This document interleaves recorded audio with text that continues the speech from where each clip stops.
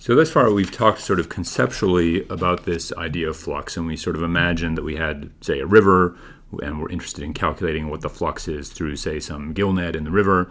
So conceptually what we were saying is, okay, well, to do that, we're going to add up the amount of flux that's coming through each little chunk of that gill net, and so we're going to do an integral over that surface and take the amount of flux per unit area.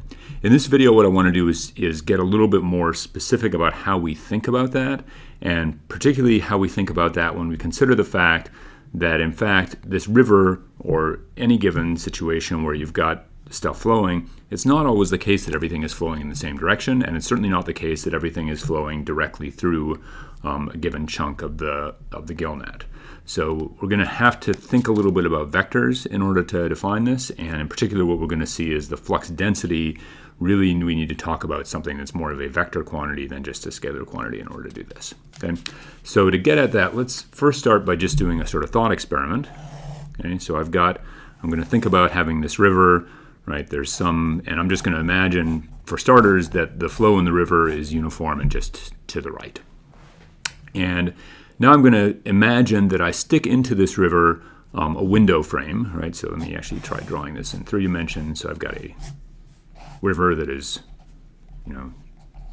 square in cross section, and so the water is flowing through this sort of square tube, and I'm going to stick into this square tube just a window frame, right? So just a square surface that's a little bit smaller than the tube, and ask the question, well, what's the flux of material in kilograms per second that's going through that?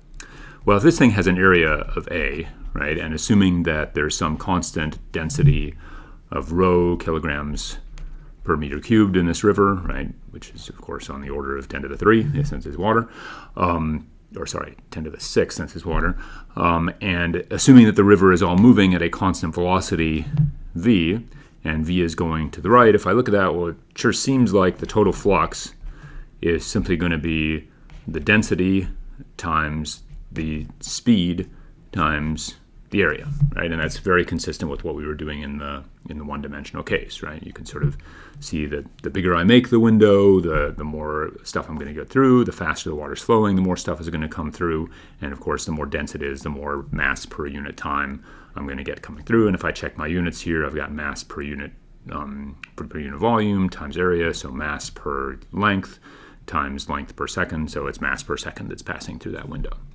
So that makes sense, but what happens when we actually change what the orientation of this window is? So let's say instead that we tilt the window at some angle, right? So now we're going to change the window from being vertical to being at some angle theta.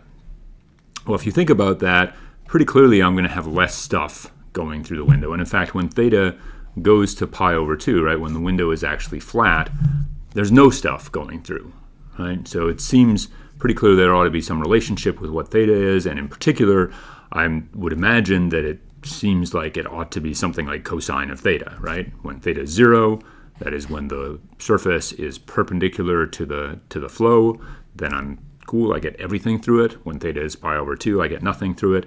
So really, I would say that the flux ought to be rho times v times a times the cosine, not the sine, of theta, where that angle measures how perpendicular the window is to the flow.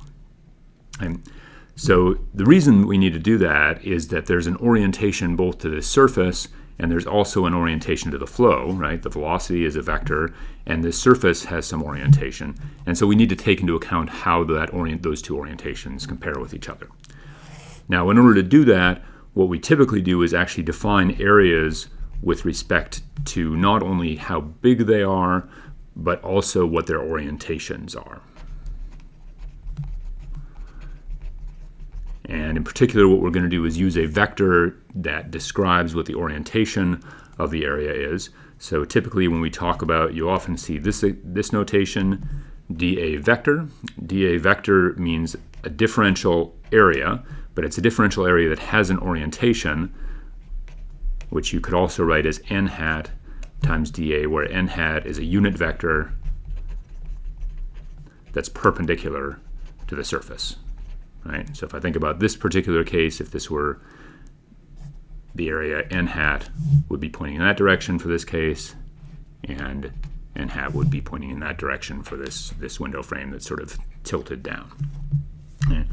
And when I do that, when I define area with an orientation, then it becomes a lot easier to sort of talk about what the sort of flux is through that area.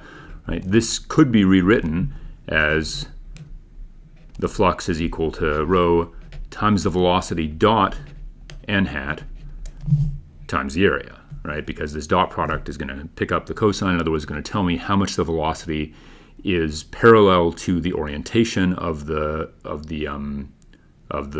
area, or in other words, how much the velocity is flowing through that is sort of lined up with this normal vector for the area. Okay, so this is how we sort of typically think about areas as being, and flux is with regard to thinking about normal vectors. And so if we come back to this example, right, where we've actually got some curved thing, what we'd actually be wanting to do is doing the double integral over that surface of whatever the local density is, right, which is going to depend on where I am, right, times the velocity, which is also going to depend on where I am, dot n hat, which depends on where I am, times dA, right? So at every one of these little chunks of the gill net, I'm going to have a different unit vector that defines what the orientation of that chunk is, and the orientation of that chunk will in turn tell me how effective that piece of the net is at either catching water or not catching water, right? A piece of the net that where n hat is mostly pointing up is not going to be very effective at catching water. A piece of the gill net where n hat is pointing to the right is going to be pretty effective in catching water. Okay? So this now becomes something you can actually really start to think about. And in the next video, we'll just do a couple of quantitative examples to show you how you can go about actually calculating this flux.